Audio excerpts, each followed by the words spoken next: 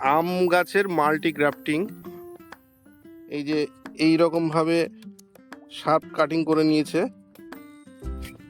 বন্ধুরা, মোল্লা গাছ প্রেমিক চ্যানেলের পক্ষ থেকে আপনাদেরকে স্বাগত। আজকে আপনাদেরকে দেখানো হবে আম গাছের মাল্টি গ্রাফটিং। এই যে দেখুন, এই আম গাছটি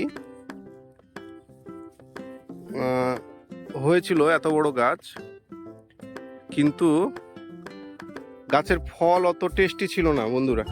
তাই প্রধান গাছটিকে এই বছর আম খেয়ে দেখা হলো। গাছ আম অত ভালো নয় খেতে, আঁশ আছে আমের, আর খুব যে মিষ্টি বা সুন্দর গন্ধযুক্ত তা নয়। তার জন্য এই আম গাছেরটাকে মূল গাছটিকে বাদ দিয়ে দেওয়া হচ্ছে এবং এই গাছটিকে মাল্টি গ্রাফটিং করা হচ্ছে। আপাতত এই গাছটিকে 8 রকমের আম দিয়ে বাঁধা হচ্ছে। এই যে দেখুন, রাজকুমার দা গ্রাফটিং করছে আম গাছটিকে। এই যে এই রকম ভাবে শার্প কাটিং করে নিয়েছে। শার্প কাটিং করে নিয়ে আপনার এটা হচ্ছে আপনার চৌসা।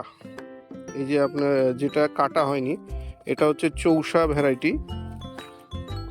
বন্ধুরা, যখন আপনারা গ্রাফটিং করবেন তখন এই সায়নগুলো এমন গোল হয়ে টোপ আছে, তাহলে পরে খুব তাড়াতাড়ি এইগুলো ভালো হয়ে যাবে বা সুন্দরভাবে পাতা বেরোবে। আপনারা তাহলে পরে পছন্দের চারাটি আপনারা নিজেরাই বানাতে পারবেন। গাছটি আপাতত বাঁধার কাজ চলছে। বাঁধা শেষ হয়ে গেলে কেমন হয়েছে সেটা আপনাদেরকে আপডেট দেবো বন্ধুরা। ততক্ষণ পর্যন্ত ভালো থাকবেন, সুস্থ থাকবেন এবং গাছ লাগাবেন।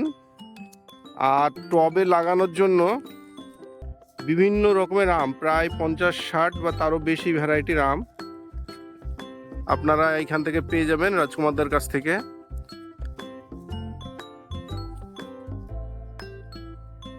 যোগাযোগের জন্য স্ক্রিনে দেওয়া নাম্বারে ফোন করলে পেয়ে যাবেন।